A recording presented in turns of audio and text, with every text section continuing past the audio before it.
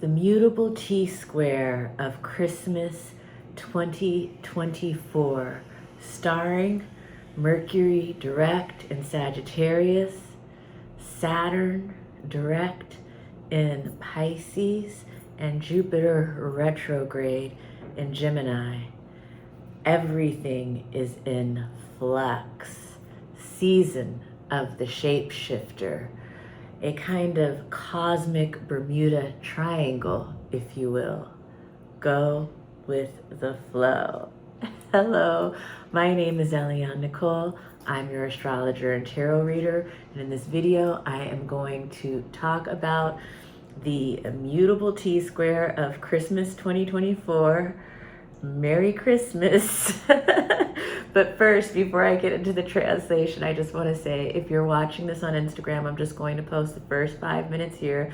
The entire video will be available on my YouTube channel, Eliane Nicole. My YouTube channel is my name, Eliane Nicole. Please find me there. I will put a link in the profile bio to get there. If you're watching this on YouTube, please make sure that you subscribe to my channel. Please hit the notification bell so you're notified every time I post a new video. Please like, please comment, please share. Helps me in the algorithm and to grow my business and my community and my channel. And it puts me in a position to continue to give these free astrological offerings. If you're watching this on Instagram, I may not continue to post these little 5-minute clips on Instagram because I don't get enough love on Instagram. I get so much more love on YouTube. So in 2025, I may be just like moving this whole show to YouTube. But if you want me to keep posting the clips on Instagram, please like, please comment, please share. Make sure you're following astrology.tarot.Eliane Nicole. And otherwise, I think in 2025, this is just going to be a YouTube thing. But anyway, without further ado, I'm going to get into the translation of the mutable T-square of Christmas 2024. And it's the mutable T-square because it's involving the mutable signs. You know, Mercury, newly direct in Sagittarius, is in, mutable fire is Sagittarius. Saturn, who's been in Pisces since March of 2023 and will basically be there until, 2026, is in mutable water, Pisces. And we've got Jupiter in mutable air, Gemini, Jupiter retrograde, and Jupiter is spending the year in Gemini from May 2024 until, June 2025. So, we've got the quicker moving Mercury who's in there. We've got the slow moving Saturn, and then the, in between, Jupiter's in between both of those in speed. So all three of them are now coming together in this perfect T-square. It actually perfects December 26th, but it's close enough. It's like in orb, Christmas Eve, Christmas Day. And if you've been following my astrology, I've been talking about this mutable T-square for a while, so you may be familiar with it. The Jupiter-Saturn aspect of this really began in August, and it goes through until next spring or, summer. But the Mercury aspect of this has been happening since early or mid-November. And so, the T-square brings the three planetary energies together. And at the same time, they all have their separate relationships as well. So I'm going to break all of that down in this video. Let me start by saying the definition of mutable is liable to change. And that's why I say everything is in flux. All of the mutable signs in the zodiac, Sagittarius, Pisces, Gemini, and Virgo, they are called the double-bodied signs. And, so there's a lot of duality to these signs. There can be a lot of fickleness to these signs. They are, these people who inhabit a lot of these signs in their chart, heavy energy of these signs, are usually very adaptable people. They are the shapeshifters of the zodiac. They because their life story usually unfolds in such a way that at a very young age and through their life, they have to learn to be adaptable and pivot and change directions. And so the mutable signs, their season, their birth season is at the changing of each season. So Gemini, mutable air, is as they're born as spring is changing into summer. Virgo, mutable earth, they are born as summer is changing into fall. Mutable, Pisces, mutable water, or Sagittarius, mutable fire, they are born as fall is shifting into winter. And Pisces, mutable water, they're born as winter is shifting into spring. And so because these people are born as one season is deconstructing to make way for the beginning of the new season, they inhabit that double-bodied energy, like a little bit of both seasons, the change, the principle of deconstruction. Everything in nature is on that trajectory. It's all creation, maintenance, destruction. Everything in nature, our own physical bodies, the seasons. I mean, this is just what the paradigm of existence is, in our three-dimensional reality. So the mutable T-square that's forming in the cosmos, as above, so below. It reflects what we're going through here on planet Earth. And this mutable T-square energy is very much reflecting back to us that everything is in flux. The way things are now are not the way things are going to be when the dust settles, when the water settles, whatever metaphor you want to use. But things are all shifting and changing. The pieces on the board are all moving around, and when I do these videos, I take apart small parts of the astrology to break it down and explain it, but it is a part of a larger whole. And when you're looking at the whole, and if you've been listening to my astrology, you know that Pluto has just come from long period in Capricorn into Aquarius.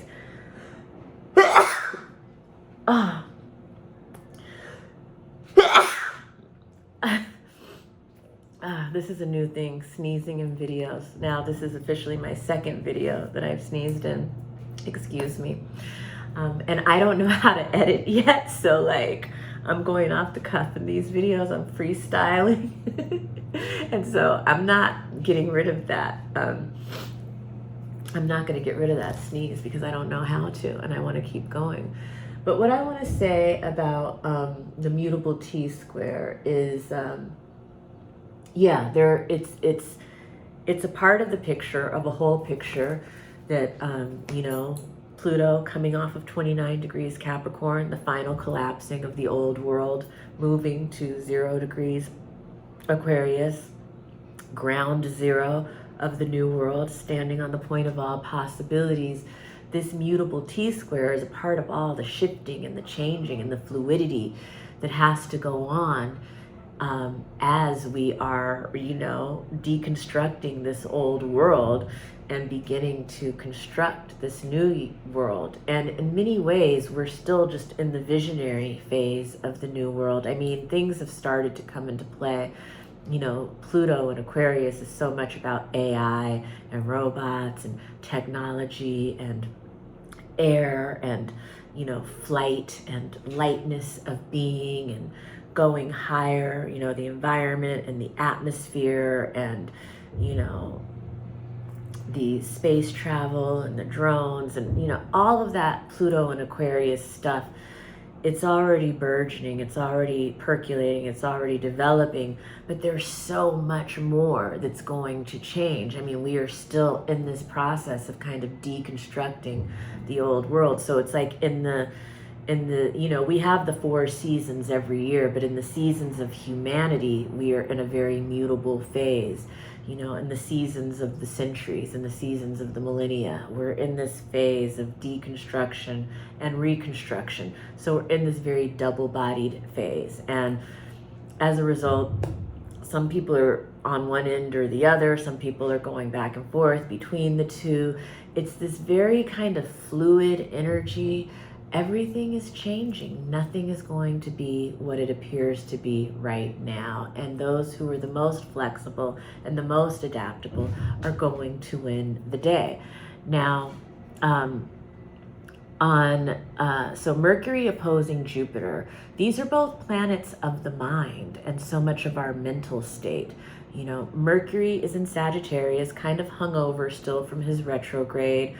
Mercury is debilitated in the sign of Sagittarius. This is not where Mercury does well, because Mercury is the planet of our intellect, how we think, how we speak, how we listen, how we learn. Mercury wants details and Mercury wants facts, and Sagittarius is more about the vision and the big picture. And so sometimes the details get lost in the shuffle for the bigger vision with Mercury and Sagittarius. Meanwhile, Jupiter, who Mercury is opposing, is, you know, Jupiter is very philosophical and concerned with morality and higher law and higher truth. And so Jupiter in Gemini is also in his detriment, because he's in Gemini, the sign naturally ruled by Mercury that wants the details and the facts and the data. And so both planets are in their opposite sign. And so they are in what I've been calling mutual deception. And for some people, that might be actually playing out in your life in some relationship or interaction that you are engaged with since, you know, August or November or currently, where there is mutual deception going on. And this can be a personal relationship, it can be a professional relationship, you know, it can be with a neighbor or an entity, an institution, like, you know, a professor, like a lawyer, a judge. I mean, Mercury in Sagittarius has that one side, like he's the philosopher, he's the professor, he's the lawyer, he's the comedian, he is the truth seeker and the wanderer.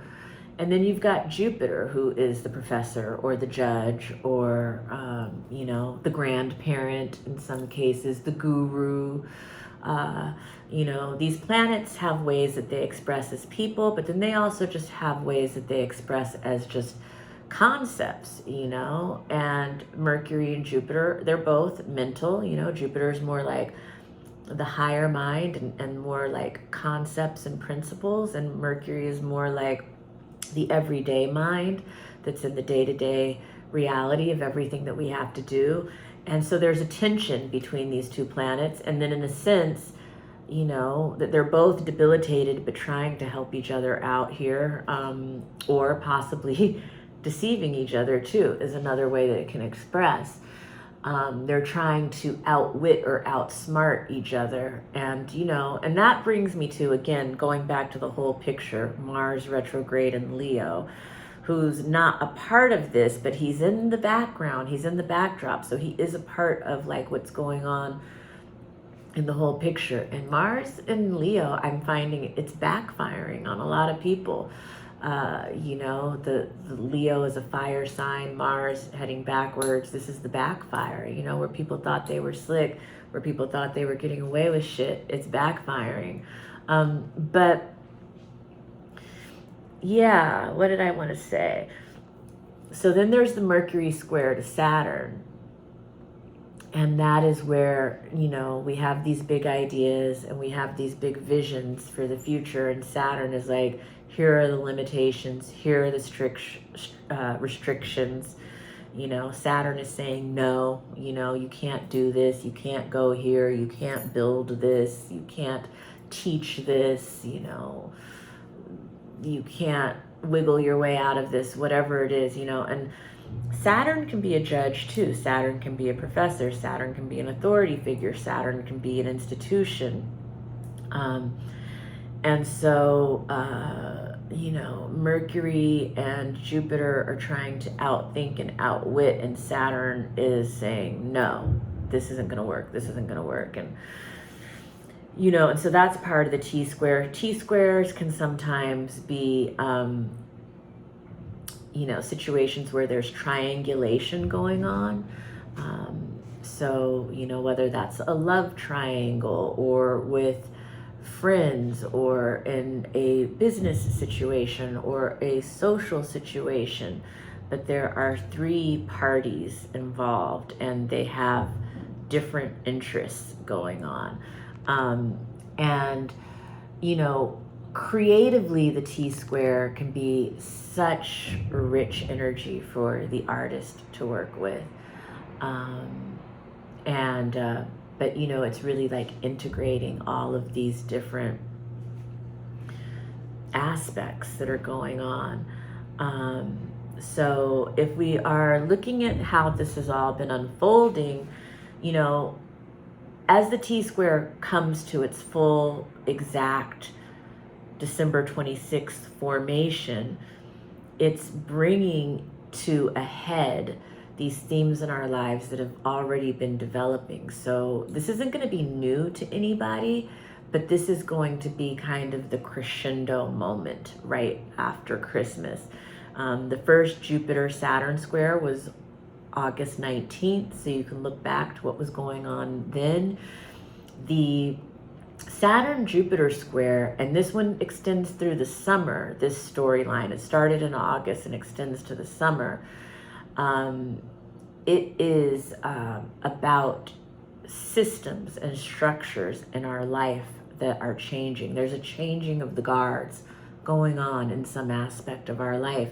For some people, this will be a relational. For some people, it has to do with actual structures in your life or systems, maybe at your company or maybe in your home or maybe psychologically, maybe physically. You know, it's different for different people. That's why I always encourage you to get a reading to understand how it's working with your own personal astrology. Back in August, it was at 17 degrees.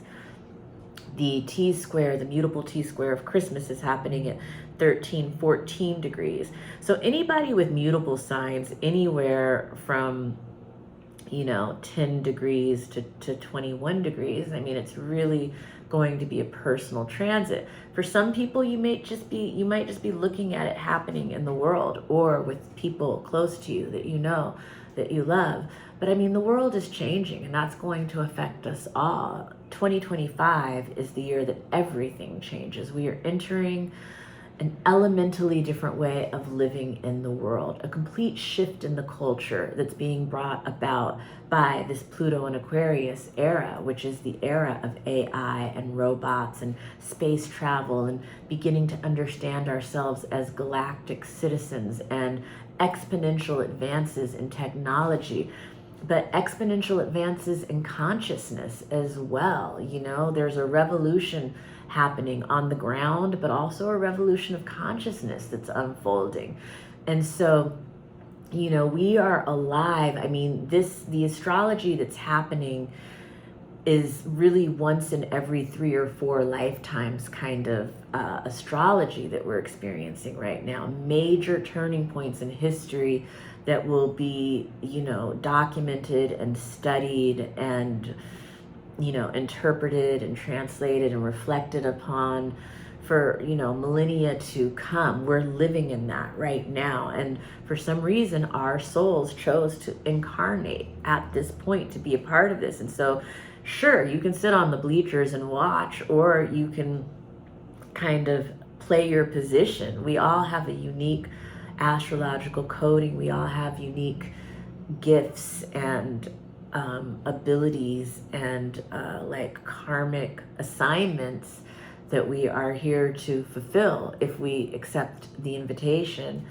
and don't want to just sit asleep or like ostriches with our heads in the sand. And that's why I think it's so good to get your chart done, because it gives you a clue to what your assignments are in this lifetime. Some people are just naturally attuned, and some people are more kind of sleepwalking, and both are okay because everybody's where they're at. You know, there's no right or wrong. There's just how you choose to play your song. I'm a poet. Anyway, so I'm so goofy right now. So the Jupiter square Saturn first started August 19th. Then November 12th, we have Mercury square Saturn. And this is maybe some challenges and conflicts in how we're thinking about the long term. You know, maybe this is presenting to us places where we need to exercise more emotional maturity, more emotional intelligence, emotional boundaries. There's also conflicts in ideologies and in philosophies. For some people, this is an existential crisis. It's a crisis of faith that we've been working through over these past couple of months. It's coming to a head just after the day after Christmas. Yeah, so much of the Mercury and Jupiter stuff is so much about just shifting philosophies, shifting ideologies. A lot of people are finding during, you know, this last quarter of 2024, they're needing to adapt a new life philosophy or a new philosophy to some area of their life going forward. And then you've got on November 18th, Mercury was opposing Jupiter in Gemini. So Gemini and Jupiter, this is so much the higher truth, philosophy, morality, you know, maybe realizing that things aren't as black and white as we thought that they were in some respect to how we view life or how we view the world or certain relationships or, you know, people dealing with legal situations. It can be very specific to the law and the interpretation of the law and different ways that you can interpret the law. You know, nothing, that's what so much of this time is about. Nothing is as staid and fixed as we thought it was. Everything is very malleable, you know, and that's what we're kind of working with here. And then on December 4th, we have Mercury now retrograde opposing Jupiter. So it's kind of like going back over how we're thinking about something and wrapping our head around how to look at things in a different way. You know, it can be very much like, you know, your mind is playing tricks on you kind of energy. Again, a crisis of faith, an existential crisis, finding different ways to look at things, adapting or changing our life philosophy, adapting or changing our ideologies, adapting or changing our spiritual belief system in some cases. And then Mercury retrograde hit the square with Saturn again on December 6th. And so, you know, the Mercury square with Saturn, all the Saturn stuff too can be conflicts with authority figures, conflicts with institutions, you know, government systems, corporations, authority figures of any kind, you know, structures in our lives that we feel like are holding us back, you know, wanting to figure out ways to deconstruct these systems that are holding us back or causing restrictions or saying no. How do we get around the no? You know, these types of things are coming up through all of this. You know, and then in Sagittarius season, there was a lot of highlighting it as the sun moved through Sagittarius. The sun was square Saturn on December 6th. The sun was opposing Jupiter on December 7th. So if you look back in your calendar at all these dates that I've been calling out, you can, you know, look in your phone camera and see what you're doing, look in your journal or your calendar, and you can see how all of these themes, whoever you've been communicating with or whatever you've been working on or whatever you were doing, this is all coming to a crescendo on December 26th, the mutable T-square.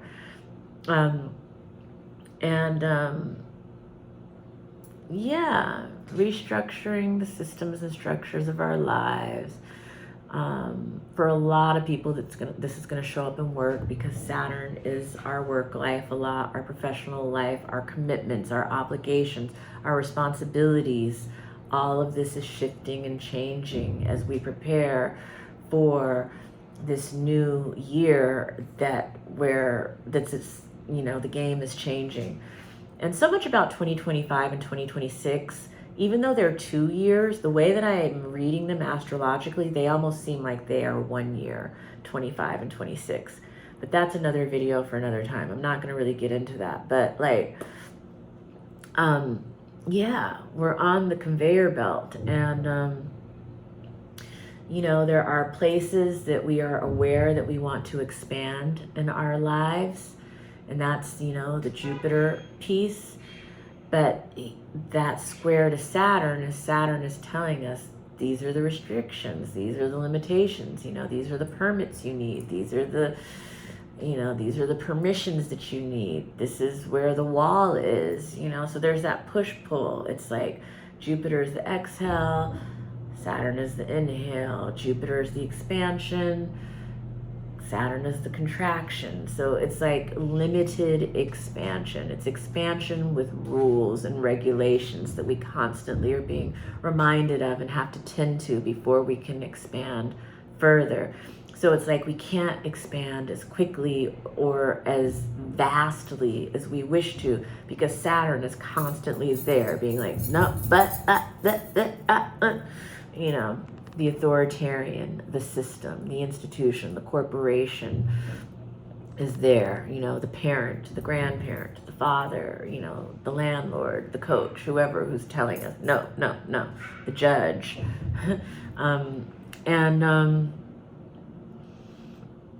Yes, and then this cosmic Bermuda Triangle, the mutable T-square.